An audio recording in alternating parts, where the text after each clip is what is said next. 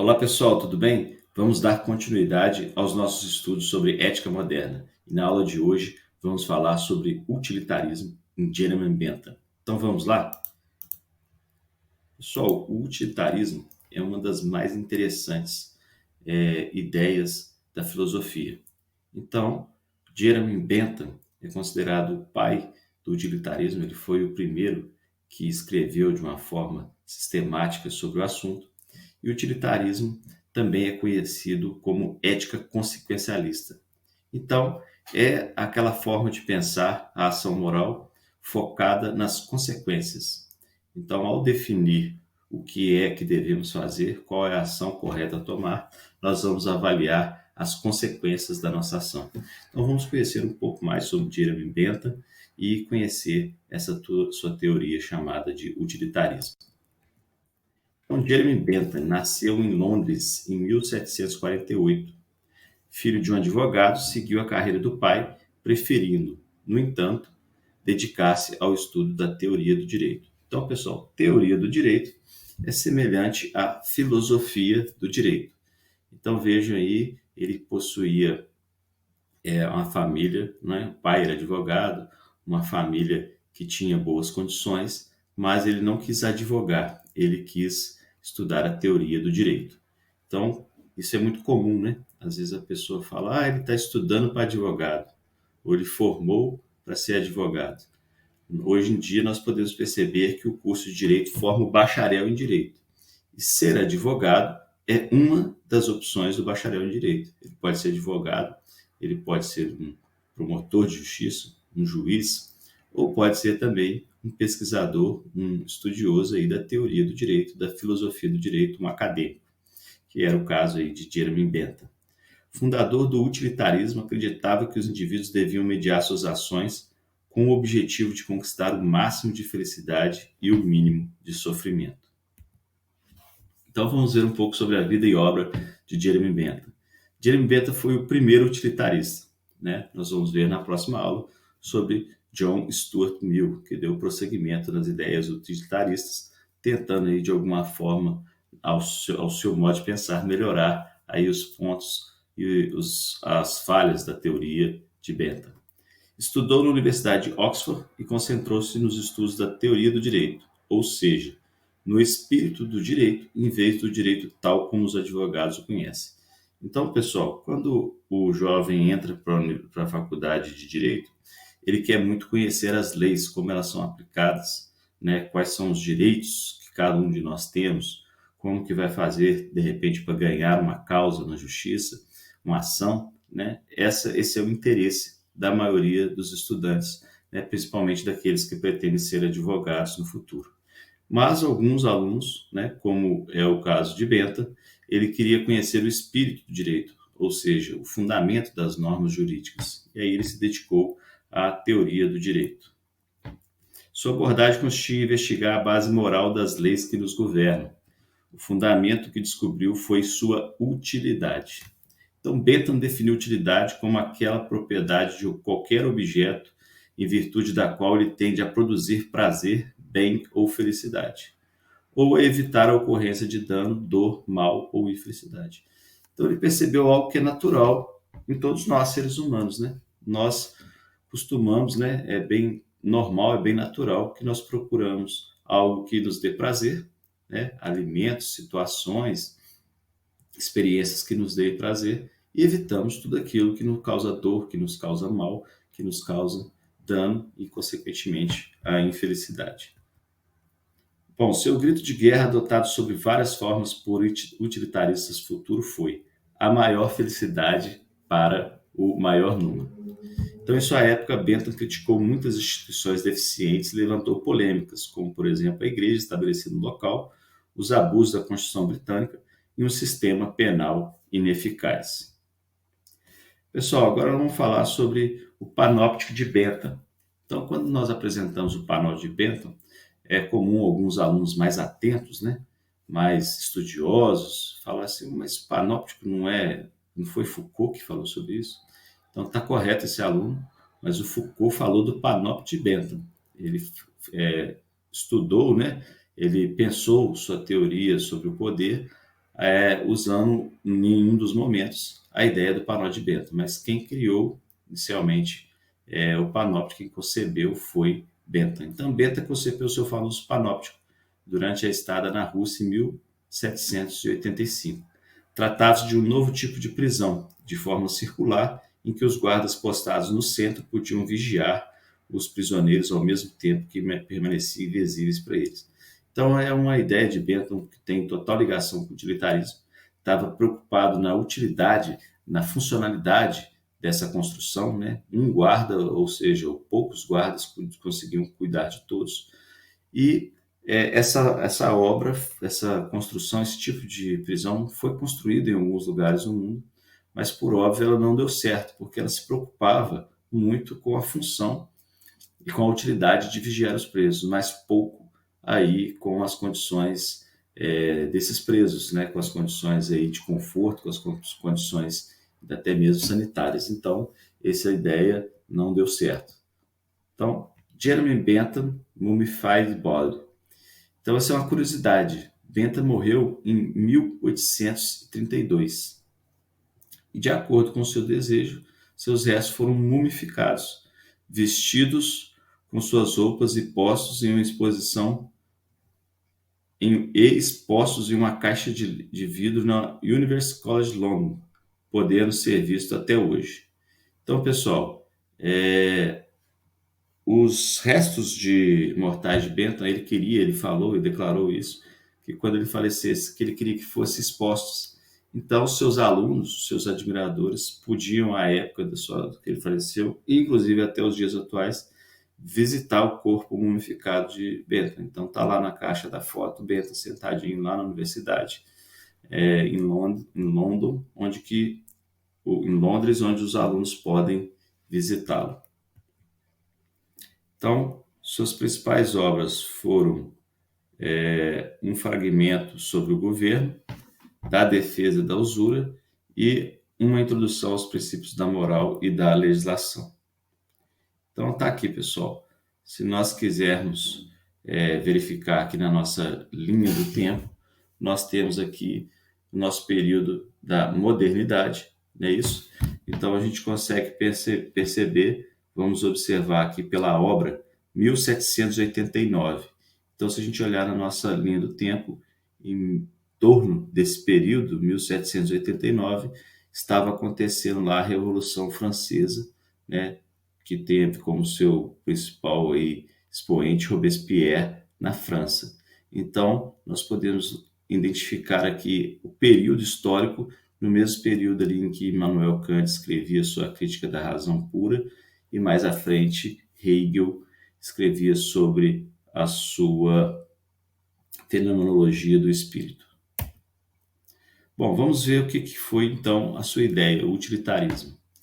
O utilitarismo investiga, por um lado, a ética e a filosofia política, e, por outro, a lógica, destinada a fundamentar as preocupações morais, né? Então, aquela velha preocupação da filosofia moral: como devo tomar as minhas decisões, como devo guiar minhas ações. Então, de acordo com Bertrand Russell, as ideias utilitaristas surgiram no século XVII na Inglaterra, mais particularmente com John Locke.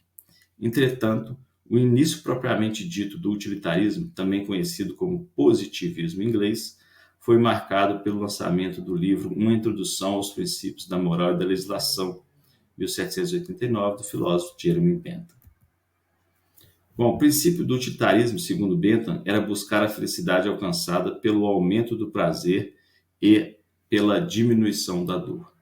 Então, se a ação proporcionasse prazer ou diminuísse a dor, seja para o indivíduo, aquele indivíduo que decidia tomar a ação, ou para o maior número de afetados possível, essa ação estava atendendo ao princípio da utilidade. Essa definição está muito próxima da ideia epicurista, de modo que o indivíduo deve buscar o prazer como realização da felicidade.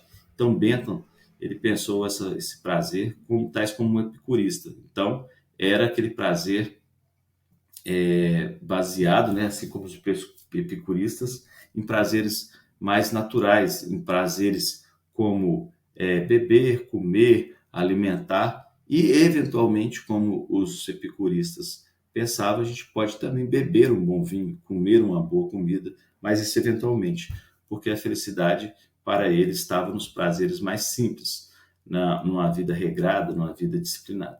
Então, assim como no epicurismo, o utilitarismo não pode ser confundido com o hedonismo, que propõe a busca desenfreada pelo prazer leviano e fugaz.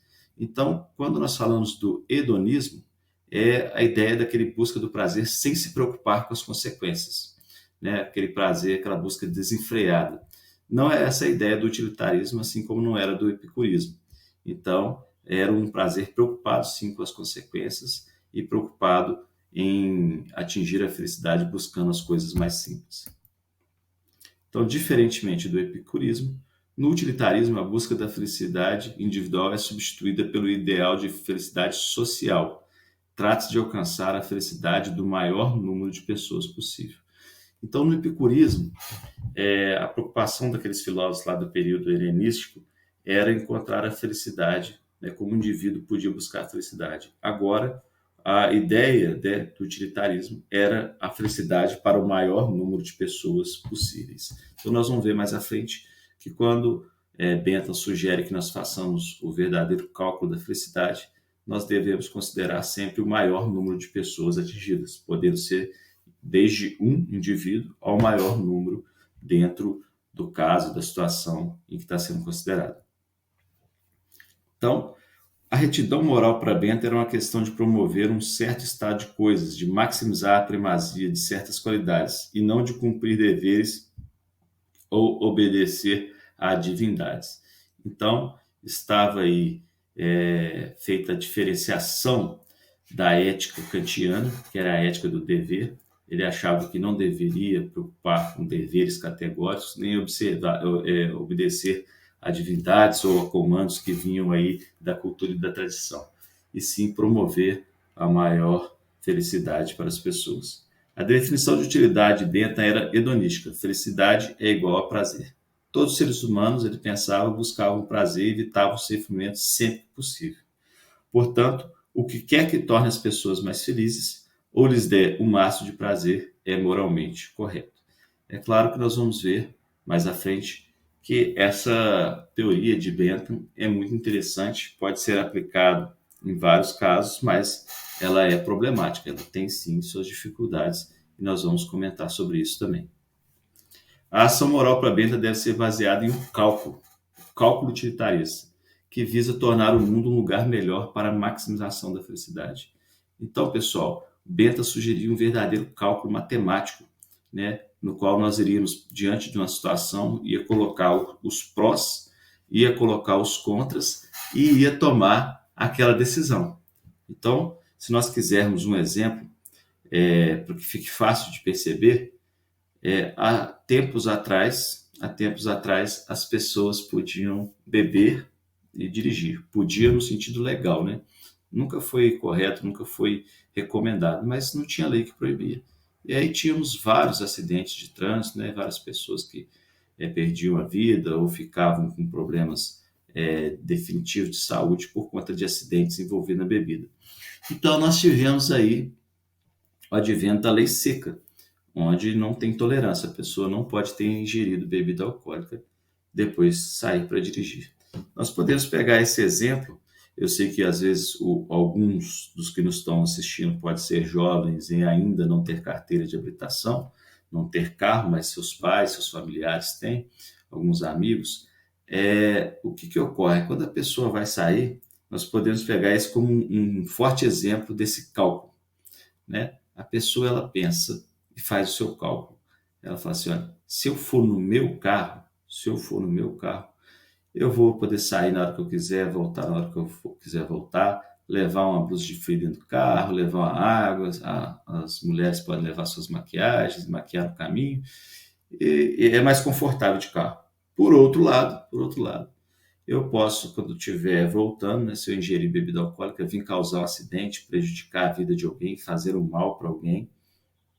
Então, tem os seus pontos negativos. Eu posso ter infelicidade, posso provocar dor em mim mesmo se eu sofrer um acidente ou em outras pessoas. e ele faz esse cálculo, né, do que pode dar mais prazer ou não. E diante desse cálculo, ele toma suas decisões. Alguns vão achar que vale a pena correr o risco, tanto é que mesmo tendo a lei, a gente frequentemente vê pessoas saindo de carro, bebendo e dirigindo, e alguns continuam sendo pegos nas blitz, e outros não. Outros não saem, falam, não, se eu tomar uma multa dessa, a multa é tão cara que não valeria a pena, eu poderia andar aí de aplicativo e de táxi durante muitos anos, que essa multa conseguiria pagar o valor dos locais em uns 2, 3 anos, sem me preocupar com essa questão. Então, é um exemplo, né, real assim, de uma situação em que as pessoas fazem o cálculo. Tanto é que elas fazem o cálculo que a decisão é diferente. E a preocupação é na consequência. A preocupação é, será que eu vou cair na blitz? Será que eu vou atropelar alguém? Será que eu vou ter o prazer de sair da festa cansado e não ter que ficar esperando táxi nem nenhum aplicativo, só entrar no carro e ir embora? Então, esse é um exemplo bem próximo da realidade. O cálculo de Bentham é simplesmente um processo mecanicista para ponderar as consequências boas e más. E ele esperava que seu uso assegurasse que ninguém ficaria jamais perplexo quando confrontado com um dilema moral.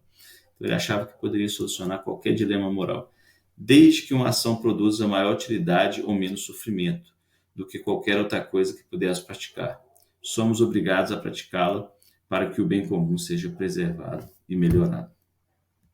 Então, pessoal, queria indicar para todos essa série, né, essa sequência de aulas do curso Justiça, o que é fazer a coisa certa. Então, nós temos aí na imagem o livro, Justiça, o que é fazer a coisa certa, muito bom, recomendo a leitura, um livro de fácil leitura, muito interessante.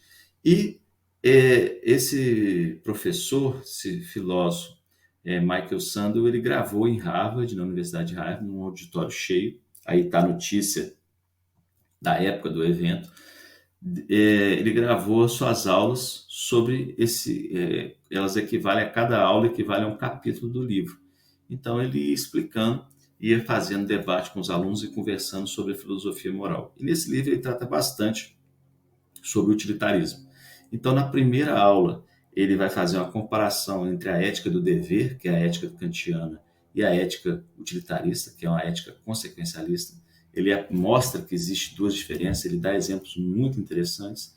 E na segunda aula, ele já vem com um exemplo sobre o utilitarismo muito forte. É aquele exemplo que faz nós pensarmos no porquê decidir com o princípio da utilidade, mas também faz que nós pensemos sobre todos os problemas que tem de pensar dessa forma.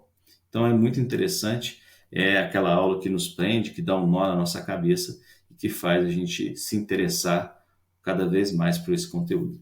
Então, pessoal, era sobre isso que a gente queria falar. Sempre recomendo que leiam um texto complementar, leia o livro que você tem na sua casa, na sua biblioteca e aprofunde nos seus estudos. Muito obrigado e até a nossa próxima.